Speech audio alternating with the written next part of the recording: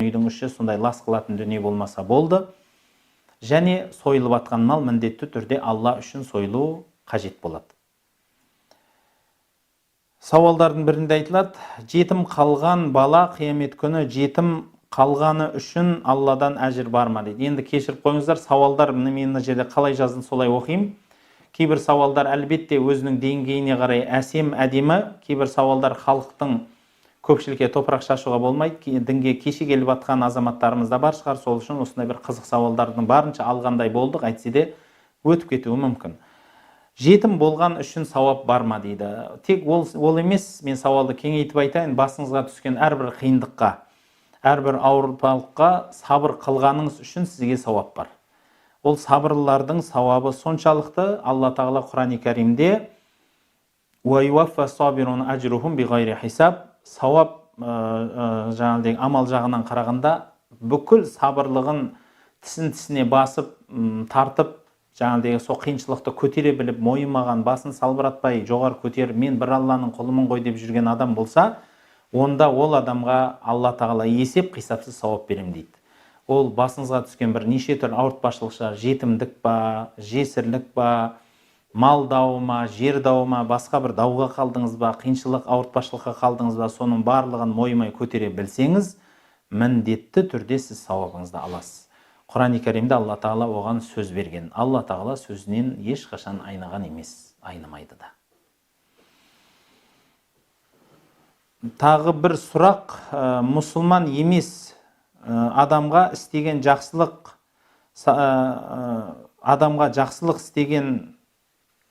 істеген жақсылық садақаға жатама дейді. Еңбектес адамға істеген жақсылық садақаға жатама. Діні бөлек адамға қандай да бір жақсылық жасауға бола ма десе, шариғатымызда болады деп айтылады. Оған дәлел Құран-ы Кәрімде бірнеше сүрелер бар, солардың ішінде ең біздің тақырыпқа дұрыс келетіні, өзге дін өкілдеріне әділеттілік жасасаңыз, онда тұрған еш нәрсе жоқ деген мағынада Құранда аят бар, және әділеттік жасаңыз деген шақыртпа түрде айтылған сөздер де бар. Сондықтан оларға бір жақсылық жасау, нан тарқатып беру, бір қандай да бір жәрдеміңізді тигізіп, сөз жәрдеміңіз, іс жәрдеміңізді тигізуге болады. Бірақ ол енді Алла үшін жасайсыз ғой, әлбетте. Дегенменен енді ол садақаға жата ма, жатпай ма деген таласқа келетін болсақ, егер соны сіз Алла үшін жасап, және ол ісіңіз шынайы қайырлық болатын болса, әлбетте жатады. Және бірінші орында өзіңіздің дін бауырыңыз жәрдемі дұрысырақ болады. Сонан қала берсе ғана, әлбетте өзге дін өкілдеріне немесе жаңағыдегі сондай бір азаматтарға жасасаңыз бола береді. Ал садақа, зекет, мысалы малдай нәрсені мен бірінші орында өзіміздің діндес, қандас бауырларымызға бергеніңізді абзал көруші едім.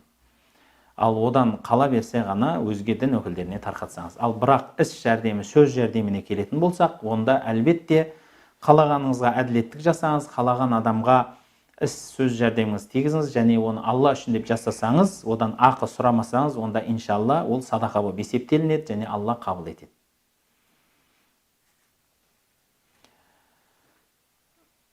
Сонан соң бір енді тілек айтыпты, ұстаз жалқаулықтан арылу, іздену дегенді, ғылымды дамыту тақырыпта бір кеңінен айтсаңыз екен, ондай уағыздар бар, болған мен мардымсыз дейді. Әлбетте, иншалла, болашақта осындай тақырыптарда арнайы бір нақты кеңестер менен уағыз өткізуге әрекет жасаймыз.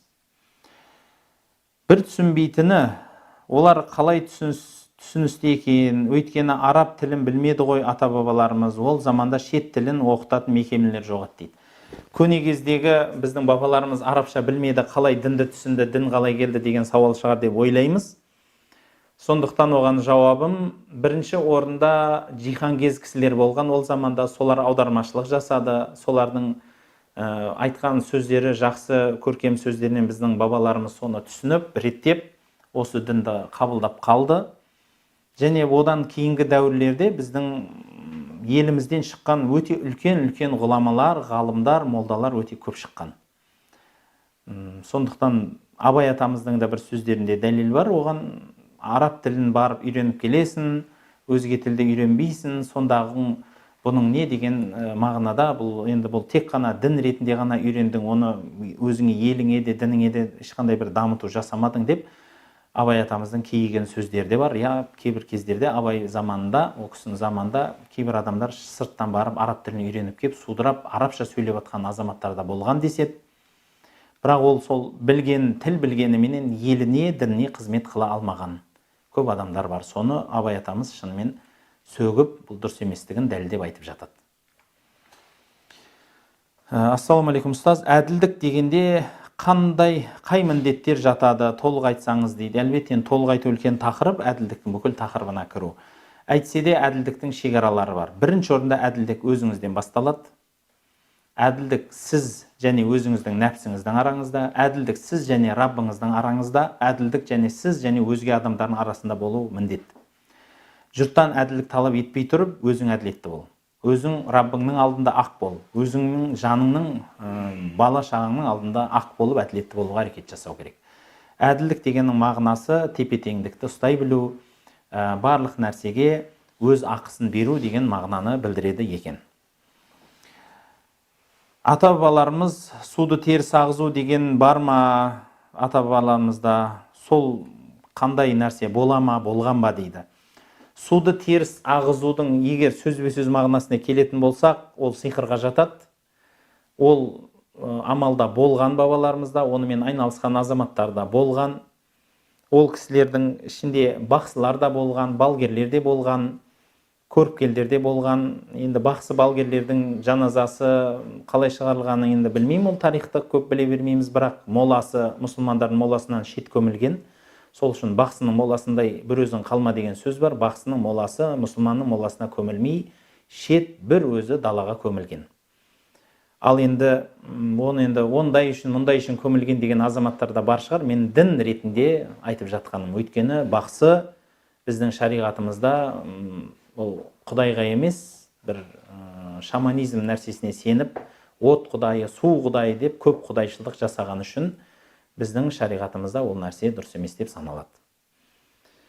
Тағы бір нәрсе, бұл жерде суды теріс ағызу, егер бір молда адам, сондай бір жақсы адамдар болды ғой десе, енді әркім өзінің несіне жасаған амалына өзі жауап береді. Біз біреуді қаралау, жамандау мағынасында емес, мен маман ретінде ғана айтам, оныменен айналысу дұрыс емес болып саналады шариғатымызда.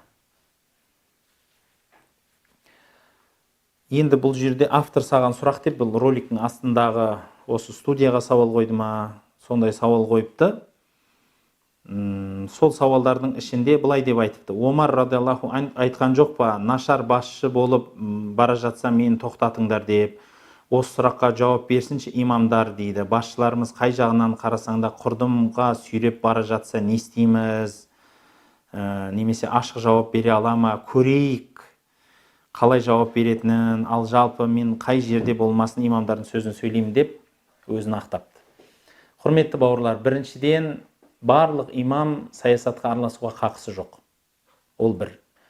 Ал бірақ енді әділетсіздікті көріп тұрсаң, бір адамның қиянатын көріп тұрсаң не істейсің десе, әлбетте біз насихат айтамыз. Насихатымызда айтылып жүр, ол тек қана жаңа біреулер айтпақшы, басшыларға айтпайсыңдар ма, тек ондағы айтпайсыңдар ма емес, біз насихатымызды жалпы көпшілікке айтамыз.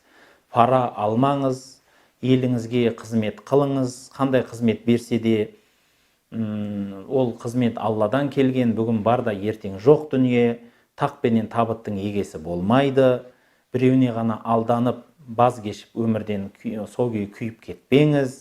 Ол насихатымызды әуелден айтамыз барлығына, әділетті болыңыз, өзіңіздің ағайындарыңызға, еліңізге, қандастарыңызға, жандастарыңызға, діндес бауырларыңызға бәріне әділеттілік жасаңыз, жақсылық жасаңыз.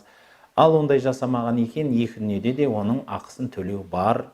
Қияметтен қорқыңыз, өлімнен қорқыңыз, әрдайым бұны айтамыз. Оны ешкімнен жасырып, немесе біреуден бір сондай неғылып жатқан нәрсеміз жоқ. Пара алу харам.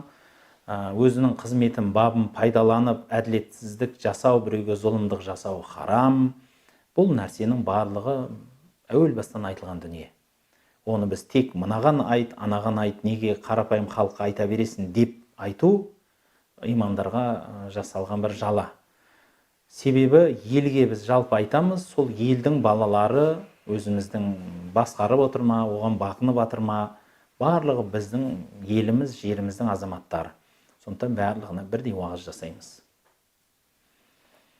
Тағы бір дүние, америкалық тауық еті адал ма, оразада дастархан басына қояды депті. Ол сауалға айтып кететін дүниеміз. Халал стандарт деген бөлім бар Қазақстан мұсылмандар діни басқармасында. Сол бөлім кезінде, бас кезінде дұрыс емес жасаған қателіктері болды. Кейіншелік толығымен қолға алынып, бұл арнайы тобы болып ашылып, оған бір арнайы біздің шариғатымыздың Ханафи мазхабының бүкіл шекаралар жақсы қойылды, оған мамандар тартылды. Қазір өте керемет жұмыс жасап жатыр. Сол Қазақстан мұсылмандар діни басқармасының қол астындағы сол халал даму, халал стандарттау бөліміне соның өзінің парақшалары бар, сайты бар, соларға кіріп тұрыңыз. Соларды насихаттаймын кіріп тұруды. Өйткені сол жерде кейбір, расында да кейбір біздің Қазақстанның азаматтары енді сол өзіне бір жалғандықпен ба, сол КМДБ-ның мөрін қойып бір затта шығарады екен алдап, бұл дұрыс еместігін айтып жатқан кездер болады. Соның ішінде әртүрлі сауалдар, мысалы анау деген сияқты эмульгаторларға да жауап табасыз. Солардың ішінде ет мәселесі, басқа халал мәселелері жөнінде бүкіл тақырыптар болады, семинарлар, тікелей эфирлер өтіп тұрады. Сол жерлерге қатысып, сауалдарыңызды қойып тұрсаңыз, жауап алып тұрасыз. Ол жерде мықты мамандарымыз жұмыс жасап жатыр қазір. Құрметті ұстазы, осы тәрізді неше түрлі дұғаларды күнделікті өмірде, кітаптарда, интернетте көріп қаламыз. Сол жерде кей кезде жәннатта боласын, күнәң кешіріледі деген уәделер тұрады. Соған қызығып кейбір амалдарды етеміз, кейбірін істегіміз келеді. Пайғамбарымыз саллаллаху алейхи ва саллям өзі тек Алла тағала мейірімін, рахымына ғана жәннатқа кіресің деген жоқ па? Біздің мына амалдарымыз істеледі дегеніміз ол дүние құны болмай қалу мүмкін ғой. Менімше оқыдым, менің күнәм бәрі кешіріледі, кетеді деп қалу да мүмкін ғой. Мынанша оқыдым, менің күнәм бәрі кешіріліп кетеді деп қалу мүмкін ғой. Сұрақ: бұл адамдар бізді тек өмірде сауап жинап, жамандықтан тыйылу үшін, жаман қылық істегенде тәубе етіп, зікір етіп, жамандықтың орнын жақсылыққа ауыстыру үшін ғана емес па? Әлде нақты амалдар істегенде жәннат уәжіп, парыз деген нәрсе дінімізде бар ма дейді. Біріншіден, барлық амалдар, жақсы амалдар пайдасыз деп айту өте қате. Екіншіден, жақсы амалдар біздің иманымызға әсер етеді. Біздің ақыретімізге де әсер етеді. Егер әсер етпесе, пайғамбарымыз шақырмайтын еді, Алла тағала мен оның ақысын берем демейтін еді. Одан бөлек дүние, бұл амалдар өмірде сауап жинау үшін ғана, жамандықтан тыйылу үшін ғана, ал қалғанын бәрін Алла тағала қияметте өзі істеп береді деген қате пікір. Осы жасаған амалдарымызға қарай біз жағдайымызды аламыз қияметте. Тағы бір нәрсе, осы нәрселер сонда жаңағыдегі бір амалдар жасасаң жәннат уәжіп болады деген нәрсе бар ма десе, мен бар деп айтатын едім. Пайғамбарымыз саллаллаху алейхи ва саллямның көзі тірісінде 10 адам жәннатқа уәжіп болады, сол кісілердің кіру деген атақ алған сахабалар бар. Одан бертін келе енді біз ол кісілерге ешбір адамға бір қандай да бір сауап амал жасаса да мынандай деп кесіп айта алмаймыз, өйткені біз пайғамбар емеспіз, және ол кісі сияқты Алла тағаламенен байланысымызда ондай бір қатты емес. Сондықтан біз сауап амал жасағанды мақтаймыз, жаман амал жасаған адамды қатесін дұрыстауына шақырып тәубе етуін реттейміз. Тек осы нәрсе ғана. Сондықтан жақсы амал жасаңыз, пайдаңызды көресіз, жаман амал жасасаңыз, оның зияны екіне де татасыз. Содан абай болу керек. Тағы бір сауал қойыпты, бір кісі айтады: көшеде жүрген, қызмет жасап жүрген әйелдің жақсы ұрпақ пайда болады, ал үйде отырған әйелден қазан табаққа араласатын бала келеді депті бір кісі дейді. Бұл енді ол кісінің сөзімен айтылмаған, бірақ мағыналай айтқан сөз ғой енді. Бірақ сол үшін мысалы үйіңде қазан табақ аңылып отырма, одан жақсы ана шықпайды, сыртқа шығып араласу керек, активный болу керек деп айтып атқан шығар. Әйтсе де олай емес. Барлық жерде өзінің орнын білу керек. әйел кісі мектеп па, ол үйге қамалып алу емес. Әйел кісі немесе қаңғырып таңнан кешке шейін бала шаға елдің қызметі деп жүріп бала шағасына қарамай кету дегенде емес, одан жақсы ұрпақ шығады деп ойламаймын. Бірақ ана деген өзінің баласы үшін қызмет қылама, онда баласына арнайы уақыт бөлу міндет. Қандай қызмет жасаса да, үйдің қызметі болсын, түздің қызметі болсын. Қай халде де мен балама тәрбие берем десе, тек ана емес, әке де өзінің баласына, өзінің қызына көңіл бөлу міндет перзенттеріне. Өйтпесе, ол сіздің балаңызды ешкім келіп тәрбиелеп бермейді. Сіздің балаңызды ешкім келіп, жаңағыдегі сіздің ойыңыздағы тәрбиені беріп, бір ақылын айтып бермейді. Сондықтан түзде жүрген ба, үйде жүрген ба, ол ма, мұл ма деп таласу, ол кісінің айтпағы бөлек мағына деп ойлаймын. Бұл жерде іскер болу керек, жұмыспен айналысу керек, үйде жатпау керек деген сөздер шығар. Ол өте керемет сөздер. Әйтсе де, әр нәрсенің өзінің шекарасы бар. Сол шекараның біреуі, ол сізге маңызды болған адамдарға көңіл бөліңіз. Ата-анаңыз сізге маңызды ма, көңіл бөліңіз. Сіздің жан-жарыңыз, сіздің жолдасыңыз сізге маңызды ма, көңіл бөліңіз. Сіздің бала-шағаңыз маңызды ма, көңіл бөліңіз. Достарыңыз маңызды ма, көңіл бөліңіз. Мен оған көңіл бөлсем, тіршілікті кім істейді, бала-шағаны кім бағады деген сөздер шығатын шығар. Сіз көңіл бөлмесеңіз, онда оған ешкім көңіл бөлмейді. Мен де айтатын едім. Дәл солай. Шамаңыз жеткенше соның бәріне үлгересіз. Рызық несібе Алладан. Алла тағала 24 сағат берді. Сол сағаттың ішінде Алламен де байланысты, өзіңізбен де байланысты, ағайын туысыңыз, өзіңізге қымбат болған адамдармен байланысты да орнатуыңыз керек. Бұл өмір екен, оны осылай қабылдаңыз, және осының бәріне үлгеруге болады. Сонан соң, мысалы сенің діншілдігің, біреуінің енді бір қызық сауалы ғой, енді осындай азаматтарымыз да бар. Сириялықтардан, ауғандықтардан, пакистандық, ливиялықтардан мықты ма айтшы дейді. Олар сенің мықты біледі, исламды дұрыс па дейді, дұрыс емес. Діннің ошағы сөзбен айтқанда дейді, ошағы емес. Ол сол жақта не болып жатыр, білесің ба, соғыс болып жатыр. Бітпейтін өмір болған бақи соғыстар ешкім емес, өзімен өзі соғысып жатыр. Сендер дінге бойларыңды үйретсеңдер, біз де қазақтар солардың кебінің киеміз күндердің күні болғанда деп бір Нострадамус бауырымыз палшылық жасап кетіпті. Енді ол кісіге айтатыным, көріп кел бауырым. Негізі мүмкін енді бір ойшылдығыңыз шығар, елге деген жаныңыз ашығаныңыз шығар, бірақ оны дінге ешқандай қатыстырмаңыз. Егер сіз саясатты мықты білем десеңіз, онда сол елдің саясаттарын оқыңыз. Сол елдегі бұзғыншылық жасап атқанның түбі қаяқтан кеп атқанын, арабтың өзінен ба, жоқ сырттағы күштер ма, табанның астындағы жатқан мұнайды алғысы келген азаматтар ма, соның тыныштығын бұзу арқылы басқа жерге жеткізуге үндеп атқан азаматтар ма, біреу билік таласады, біреу байлық таласады деген сияқты дүние ма? Дін ба, дүние ма ол жердегі соғыс? Сол жердегі таластың бәрі не екенін, төркінін өзіңіз айтыңыз енді.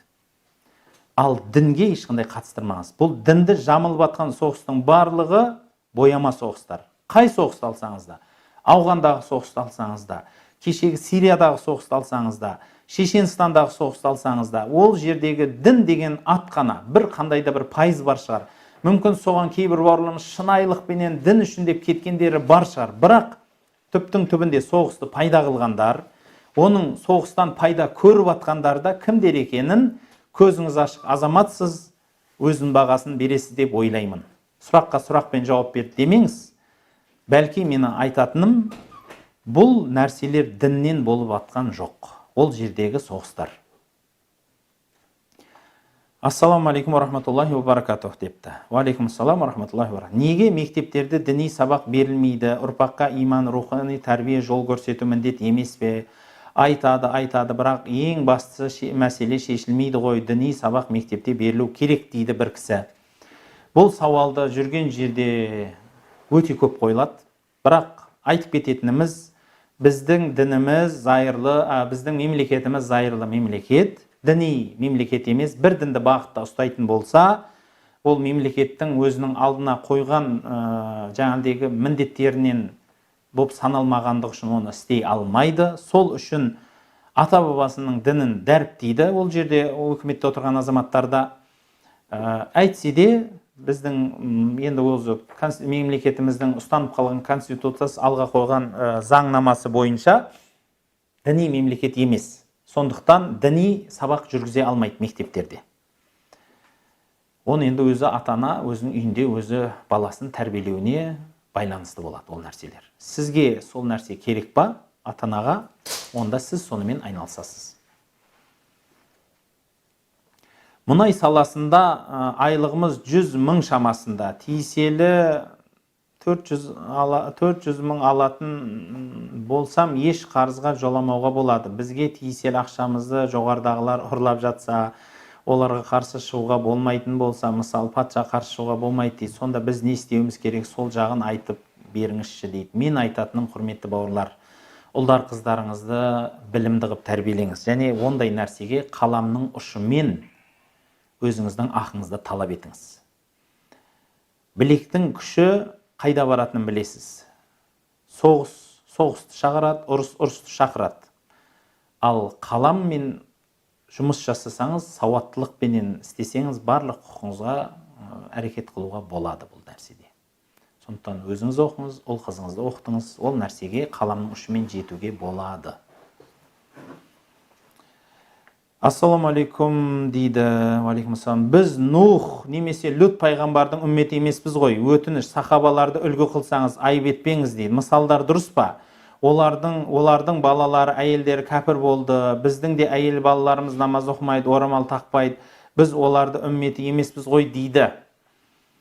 Құрметті бауырлар, Құран-ы Кәримде пайғамбарлар туралы айтылған сөздер бар.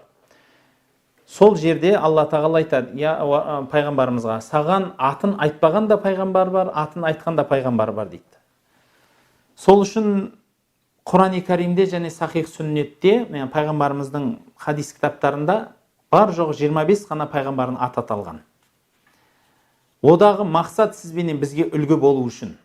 Егер ол бізге керек емес болса, ол аталмайтын еді. Сондықтан бізге Нух пайғамбар аты керек жоқ, Лух пайғамбар керек жоқ, біз оның үммет емеспіз деп шетке қашу дұрыс емес. Бізге олардың шариғаты түсіндіріп берілген жоқ. Бізге олардың барлық ұстанымының мынаны ұстанды ғой, сен де соны ұстан деп шақырып атқан жоқ. Жоқ. Солардың істеген істерінен кейбір нәрселерді сізбен бізге сабақ алуға шақырған Құранда. Қай пайғамбардың болсын өмірбаянын қараңызшы. Мысалы, Адам ата деді да, Адам алейхиссалам мына кезде үйтті деп майдалап, оның өлгеніне шейін айтып берген жоқ. Байқайсыз ба? Қай пайғамбар болса, оның биографиялары жоқ. Әр жерден, әр түрлі ракурста, яғни әр түрлі жағынан қарап, сізбен бізге айтып жатыр. Не білуіміз керек? Онда сол жағынан қарап, сол айтылып атқан тақырыпты түсініп, бізге сабақ алу үшін. Тағы бір соның жанында мен сұраққа қосымша айтып кетейін. Кейбір бауырларымыз айтады, сендер сахабаларды айта бересіңдер, маған Мұхаммед пайғамбарды айт, басқа керек жоқ дейді. Арабтарды айтпа дейді кейбіреулер. Мен айтатын едім, құрметті бауырлар, мен сахабаларды араб болған үшін айтып атқан жоқпын. Пайғамбарымыз саллаллаху алейхи ва саллям араб, бірақ біздің қазақтың ішінде қожалар бар. Олар өздерін пайғамбардың ұрпағы дейді. Сен оны қазақ емессің деп айтып көріңізші. Қалай болады екенсіз? Сондықтан айтатыным, құрметті бауырлар, біздің дініміз бұл. Дінді кімнен аламыз? Пайғамбарымыздан аламыз. Және сол кісінің, біз әхлі сүнна уәл жамаа деген сөзді ұстанғансын, сол кісінің мектебін көрген азаматтардан аламыз, сахабалардан. Біз солар сияқты болып киініп кетейік, біз солар сияқты болып жүріп кетейік деп атқан жоқпыз ғой. Арабтар сияқты деп атқан, өзге бір ұлтқа деп. Дін ұстану мәселесінде сол кісілердің дін ұстану, сол кісілердің тақуалығы, Құдайдан қорыққандығы, құдайшылдығы, әділеттігі, көркем мінезділігін айтамыз. Олардың жанында әлбетте біздің қазақ батырларын да, қазақтың сөздерінде айтамыз. Бірақ негізгі тақырып бұл жерде пайғамбардың дәлелі, солардың кезіндегі адамдардың соны орындағаны болғандығы үшін мысалды содан келтіретініміз бұл әуелгі ұстанатын жол болғандығы үшін. Оны дұрыс түсіну керек. Халыққа біз бұны өзге ұлтқа бағынып кетейік, өзге ұлттың барлық киім-кешегін немесе сол ұстанып алайық деген нәрсе емес. Бұл жерде бір қандайда бір шовинистік немесе бір пікірге кетіп қалу, бір ұлтшылдыққа кіріп кету емес. Бізде бұл дінімізді пәк таза ұстау.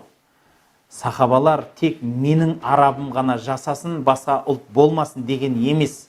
Сахабалардың ішінде румдық адамдар да болған, парс адам, Салман Фарси кісі де болған, Хабаши, Эфиопта кісі болған, бір-бірін құрметтеген, құшақтасып, мысалы Эфиоп негр кісі болған, мысалы Хабаши деген, сол кісіні жұрттар сәйидуна деп, біздің қожамыз деп, сол кісіні құрметтеген, оған азан айтқызған, сол кісіні төбесіне қойып төріне отырғызған. Бұл араб біз десе соны төмендетіп, неге араб азан айтпайды, неге ана қара нәсілді азан айтады деп айтып кетер еді. Олай бөлген емес. Біреуді түріне, ұлтына, тіліне бөлген емес дініміз. Соны да біз ұстансақ екен дегім келеді. Күпір деп сандаласыңдар дейді бір көкеміз. Күшті боласыңдар. Алланың үйін, мешітті неге дұрыстап ашпайсыңдар? Ара қашықтықты сақтау керек, ей дейді. Ей деп қояды. Сонда араларың толады ғой шайтанға, дейді. Сендер Құдайдан қорықпайсыңдар, көзге көрінбейтін вирустан қорқасыңдар ма, жоқ биліктің тапсырмасын қорқасыңдар дейді, деп бір кісі жан ашуын айтып жатыр. Алла тағала баршамызға сабырлық берсін. Осы тақырыпта мен араны ашып тұрмау тақырыбында, рұқсат және азима тақырыбында қазір жеке арнайы тоқталып өтіп кетемін. Бірнеше сауалға бір 10 минут уақыттарыңызды бөлсеңіздер екен. Біріншіден, ұстаз дейді, 2 рет Құран Кәримді әртүрлі жерлерден тауып алдым. Біреуі қоқыстан тауып алдым дейді. Біреуі бір кассаның алдынан тауып алдым. Сол туралы дұрыстап айтсаңыз екен дейді. Я, Құранға деген құрмет болу керек. Құранды қайдан тауып алсаңыз да жоғары көтеріп қойыңыз, өзіңіз үйіңізге алып келгіңіз келмесе, сыртын, мұқабасын, анау-мынау жерлерін нәжестен тазартып, мешітке тапсырсаңыз екен. Өзіңіз ұстай алмасаңыз. Ал енді Құранға құрметсіздік қылу, бұл енді ол өте үлкен ауыр іс ол. Тағы бір мәселе, бір адам үй, мүлік сатып жатқан кезінде сомасын төмен көрсетуі дұрыс па? Және тендер алу үшін бірдеңе беру дұрыс па? Олай болмаса тендер ұту қиын ғой дейді. Біріншіден, Пайғамбарымыз саллаллаху алейхи ва саллямда сөз бар, мән ғашшана фәләйса минна. Кім алдаса ол бізден емес дейді. Сондықтан алдап, бір қандай да бір құжаттар жасау, пара беру, бұл харам іс. Оны ешкім адал демейді, және адал деуге қақысы жоқ. Сондықтан бұл нәрседен намазханада мұсылман адам шеттенуі керек, міндет болады. Жын адамның ішіне кірмейді дейді, сыртынан тиіседі дейді. Себебі бір дененің ішінде 2 жан кірмейді дейді Шейх Мұхаммад Садық депті бір кісі. Иә, сондай тек бұны Шейх Мұхаммад Садық айтпаған, бұл кісіге ұқсайтын басқа үлкен ғалымдардың да сөздері бар. Әйтсе де, бір ғалымның ғана сөз емес, және осы ғана дұрыс деп мен ойламаймын. Бұл туралы көптеген басқа да ғалымдардың сөздері бар. Сондықтан 2 пікір бар. Бұл жерінде талас адамның ішіне жын кіреді, кірмейді деуге. Жын адамның ішіне кіреді деуге қалай деп жауап бересің десе, Құран-ы Кәримде жаңағыдегі келген тәпсірлердегі сол пайғамбарымыздың хадисі бар. Жын адамның қан тамырының, шайтан адамның қан тамырының ішімен жүреді деген нәрсе бар. Оны енді сол хадисте кейбір ғалымдарымыз бұны балама мағынада айтылған. Сондықтан бұл уәсваса жөніндегі сөздер деп айтылады, бірақ бұл мағынада басқа да тікелей мағынада түсінген ғалымдарымыз бар. Сол үшін ол бір ғана сөз және басқа бұндай сөз айтылмады деу қате.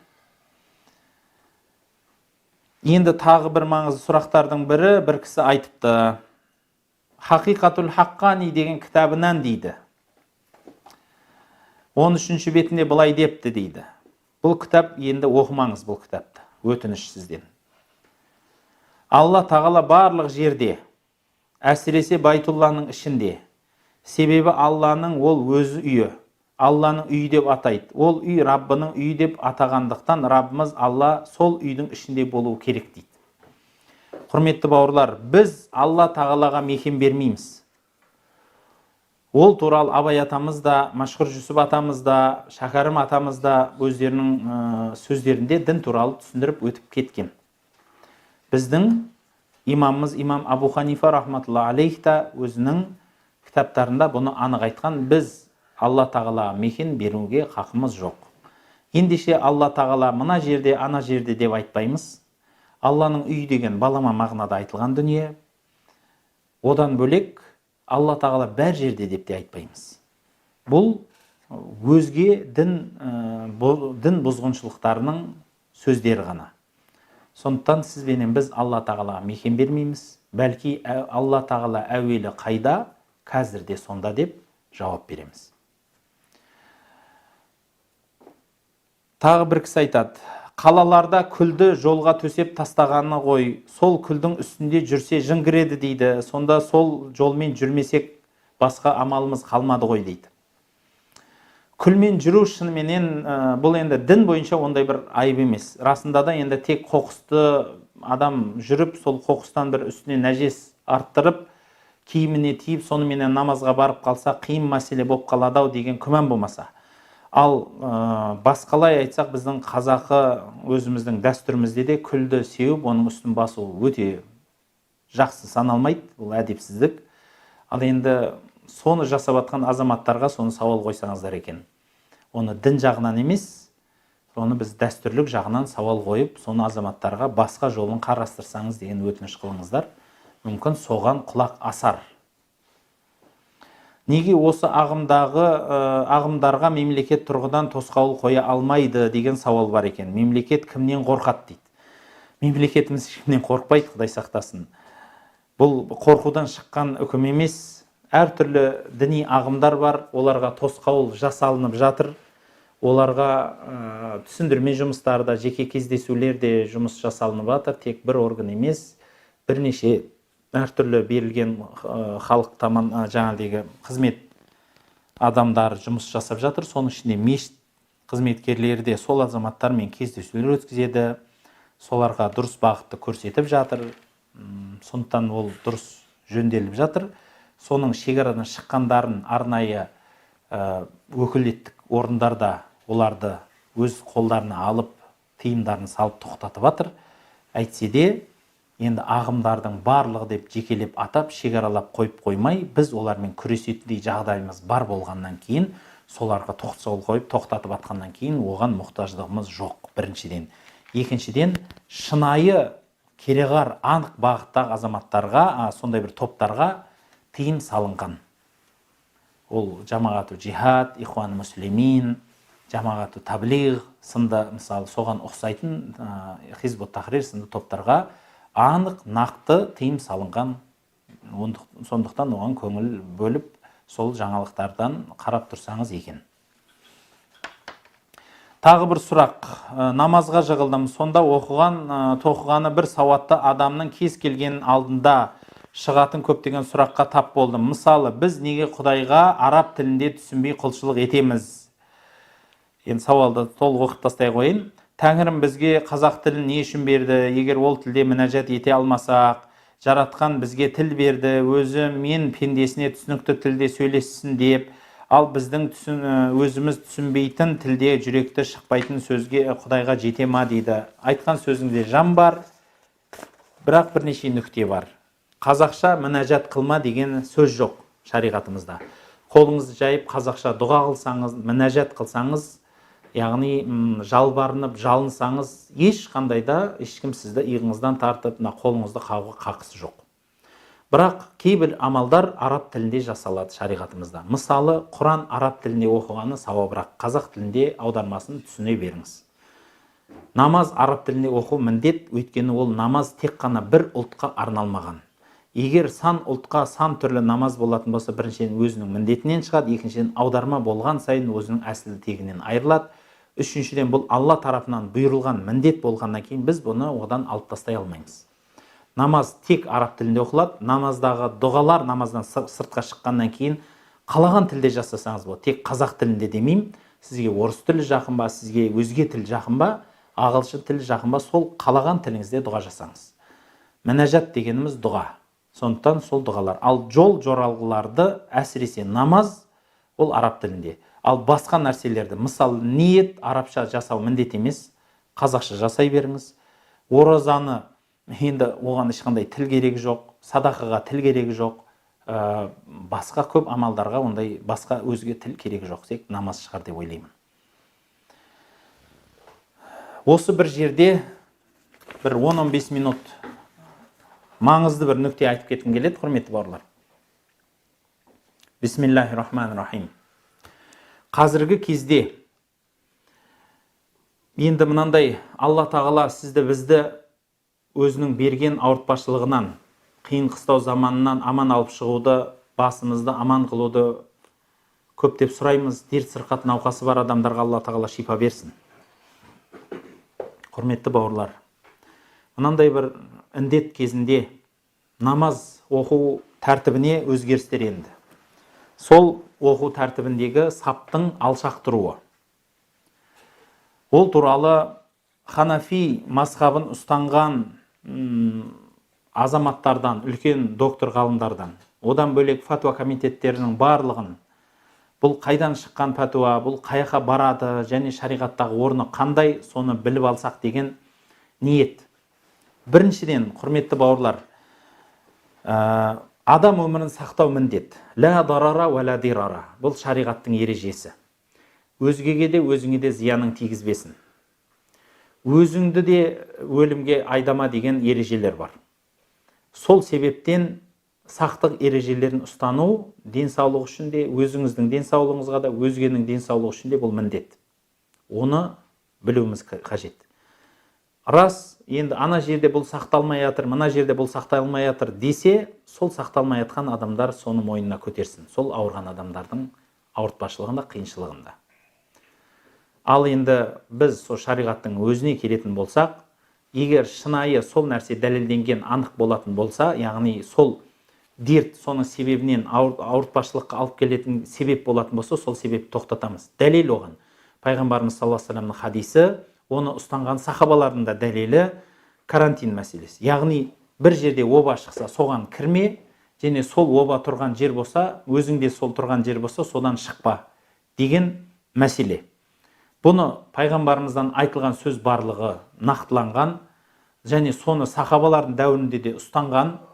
Сол үшін айтатынымыз, құрметті бауырлар, бұл ережені ұстану өзіңіздің де өзгенде өміріне қиянат қылмау ережесі болып табылады. Ал енді намаздағы ара қашықтықты сақтамау, бұл шариғатымызда бұған пәтуа берілді, дұрыс, бұл пәтуаға таласым жоқ.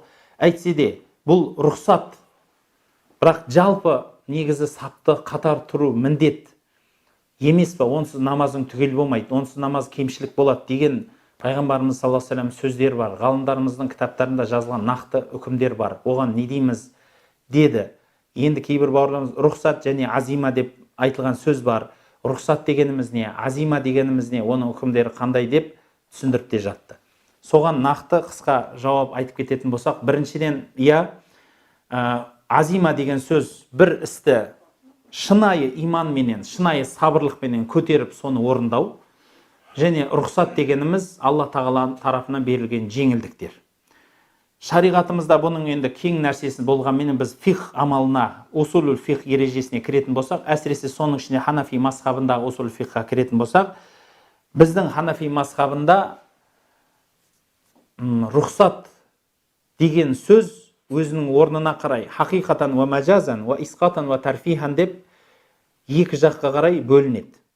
Мен енді исқатан ва тарфихан деген бөлімге кірмей тұрып, хақиқатан мәжазан бөлімі біздің сауалымыз жауап бергендік үшін осыған тоқталып өткім келеді. Яғни рұқсат бір үкім келсе, сол үкімнің шекарасынан мына жерге шейін рұқсат деген шариғатымызда үкім шығатын болса, фатуа шығатын болса, ол рұқсаттың орны қандай болады және қанша түрі бар. Біріншіден, Ханафи мазхабы хақиқат және мәжаз, яғни ол рұқсаттың шынайылығы және балама мағынада келгендігіне қарай төртке бөледі рұқсатты. Рұқсат төртке бөлінеді Ханафи мазхабында. Біріншісі хақиқат жағынан екіге бөлінеді, ахаққу ва ахақ, және мәжаз жағынан атаму ва атам деп екіге бөлінеді. Яғни біреуінен ақиқатырақ және біреуінен мықтырақ деп. Мен енді өте қысқа, нақты, енді барынша түсінікті айтайын, білмегендер өзі түсінер, ал білмегендерге бір қандай да бір түсінік болсын деген ниетпен. Біріншіден, хақиқатан шынайы рұқсат етілген дүниелер бар. Олар бір екі нәрсе, олар біріншіден бұл шынайылық па, және ол оған келген үкім азима ма дегенге келсек, біріншіден Алла тағала бір үкімді шығарады, сол бірінші бөлім, бір үкімді шығарады, және сол үкімге бір қандай да бір рұқсат беріп, сол үкімді орындамауға болатын үкім шығарады. Бірақ бұл жерде бір нәрсе, маңызды нәрсе бар. Шығарылған үкімнің кереғарына да, яғни шығарылған үкімнің жеңілдік берілген жеңілдікке ұстануға да ұстамауға болатындай жеңілдік беріледі. Мысал айтайыншы, мен мысалмен түсіндірейін. Пайғамбарымыз саллаллаху алейхи ва саллям заманында калимату куфр айтуға айтылады. Жаңағыдай калимату куфр деген сөз, мысалы, мұсылмандар бір ауыртпашылық, қиыншылық көрді. Сол кезде бір адам қиналып атқан кезінде ля иляха иллалланы тастады, Алла жоқ деп айт, Алла жоқ деп айт дегенге бір сахаба соны айтады қиналғаннан. Сөйтіп жаны аман қалады, пайғамбарымызға жылап келеді. Пайғамбарымыз саллаллаху алейхи ва саллям ол кісіге үндемейді, ол кісінің жүрегі иманға толды ғой, еш нәрсе қылмайды деген рұқсат береді. Яғни сені біреу иманыңнан зорлықпенен мына сөзден қайт деп атса, сен қайтуыңа болады деген шариғатта рұқсат бар. Бірақ жүрегіңде иманға деген шынайылығың болып тұрса. Әйтсе де басқа сахабалар оны айтпай өліп жатты. Сол сөзден қайтпай ля иляха иллалланы айтып өліп жатты ғой деген дәлелге бола, Ханафи мазхабы бұны рұқсат болады, бірақ азиман ұстанған абзал деп айтылады. Осы бапта. Екінші бап, бұл екі жағдайда тең берілетін дүние. Оған мынандай нәрсе мысал болады. Мысалы, Құран-ы Кәримде Алла тағала Рамазан айының оразасын парыз етті. Ораза тұту парыз. Және сол Құран-ы Кәримде сапарға шыққан адам немесе ауырған адам оразасын басқа күндері фи айямин ухар, басқа күндері ораза ұстап алсаңыз болады деп өзі басқа шекарасында айтып кетті. Ендеше біреуі үкім, екіншісі оған рұқсат болды. Яғни ораза тұту міндет, бірақ сол күні сапарлап жүрсең, немесе сол күні ауырып тұрсаң, ораза тұтпасаң да рұқсат болды. Бұл рұқсаттың қай түрі десе, тең түрі дейміз. Қаласаң ораза ұста, қаласаң ораза ұстама, басқа күні тұтып алсаң да болады. Және екі жағдайда екеуін қаралауға сен жамансың деп айтуға болмайды. Әрі, бірақ ғалымдарымыз Ханафи мазхабының азиманы ұстанған абзалырақ, бірақ рұқсат ұстануға болады дейді. Түсінікті ғой. Біздің қазіргі намазда тұрғанымыз осы баптан. Яғни сапта тұру міндет, бір сапта иық тіресіп. Бірақ мынау ауру себебінен, қиыншылық себебінен ғалымдар пәтуа берді, сапта тұрмаңдар деді. Ендеше соны сақтау, өзге адамның хақысына, өзінің хақысына кірмеу себебінен сапты бөліп тұрасыз. Ал егер жоқ, мен сапта бір тұрамын десеңіз, ғалымдарымыз ол кішкентай топтарда, жеке топтарда, жанұя мәселелерінде ғана рұқсат береді. Өзіңіздің білмейтін топтарға, өзіңізге қиянат қылмас үшін, және сол жердің ережесін сақтау үшін, және жұрттар да тек азиманы жасай бермей, анда-санда рұқсатты да жасап тұру үшін мешіттерде оны бөліну дұрыс көрмейді. Құрметті азаматтар, бауырлар, қалған екі түсіндірмені түсіндіріп кетермін жеке, бірақ мен қазіргі тобымызға осы нәрсе келгендігі үшін мен нақтылығын айтып кеткім келеді. Біріншіден, бұл бұйрықты, пандемия кезіндегі бұйрықты, рұқсатты ұстанып атқан азаматтарымызды сен дұрыс емес ұстандың, сенің намазың дұрыс емес деп айтуға ешкімнің хақысы жоқ. Бірақ сол үшін, мысалы, көп өлкелерде, мысалы, біздің Қазақстанда да, Түркияда да, басқа жерде де намазда табаут, яғни бір-бірінен сап ұзағырақ алшақ тұрып намаз оқылып жатыр. Ал енді үйде жанұяңызбен тұрғанда, бір-екі досыңызбен тұрғанда, екі адам болып, мысалы, сапта бір-біріміз иығымызбен тиіп тұрып намаз оқып жатырмыз ғой десеңіз, иә, оған ғалымдарымыз оны рұқсат береді. Оған да.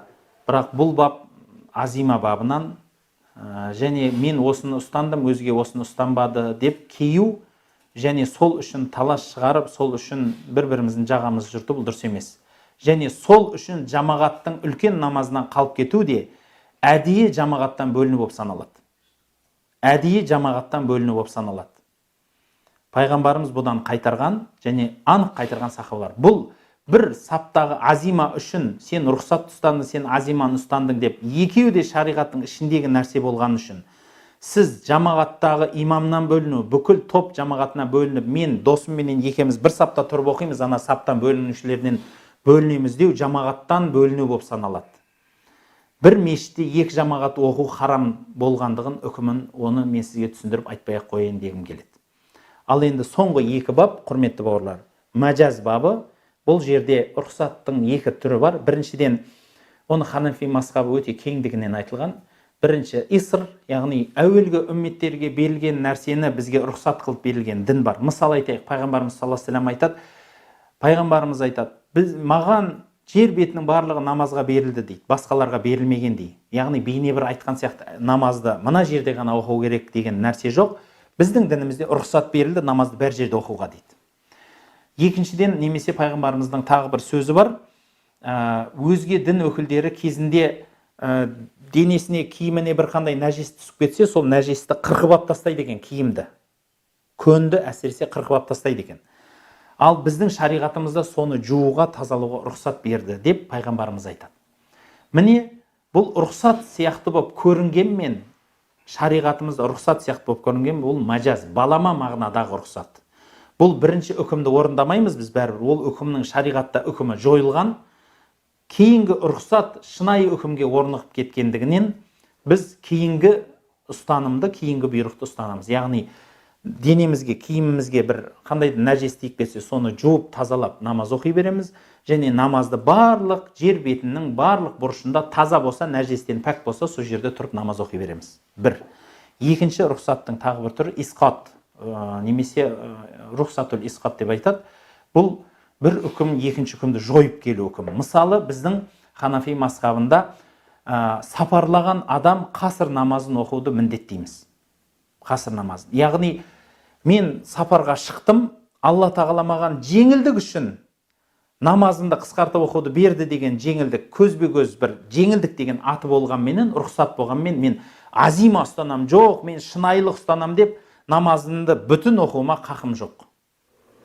Бұл рұқсаттың өзі де балама рұқсат болып саналады. Яғни бір қандай да бір жаңағыдегі рұқсат деген аты болғанменен бұл жерде азима жасауға болмайды. Сіз қасыр намазын оқуыңыз міндетсіз. Сапарға шықтыңызда намазыңыз қысқартып оқисыз.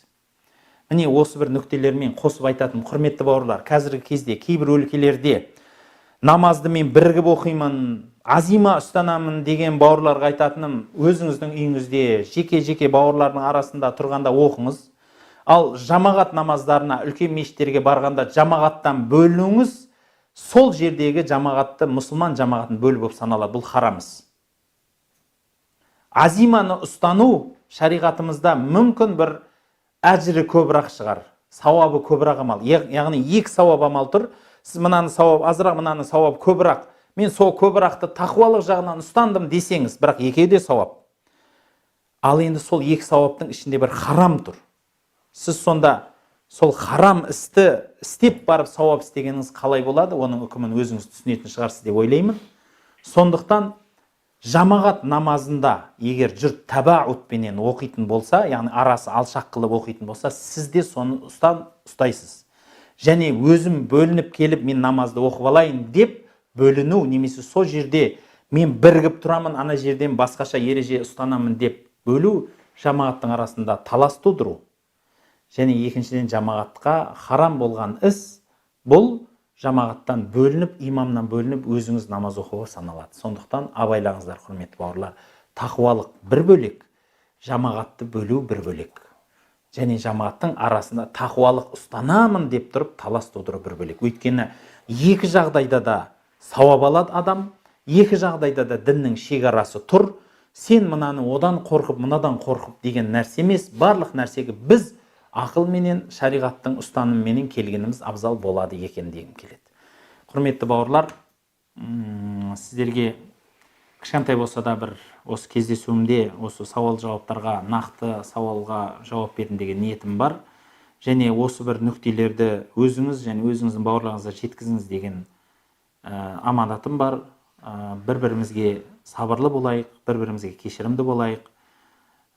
қай халде де әйтеуір Алланың алдында ертең қияметте тұрамыз ғой деген нәрсені ұмытпайық дегім келеді. Ассаламу алейкум ва рахматуллахи ва баракатух.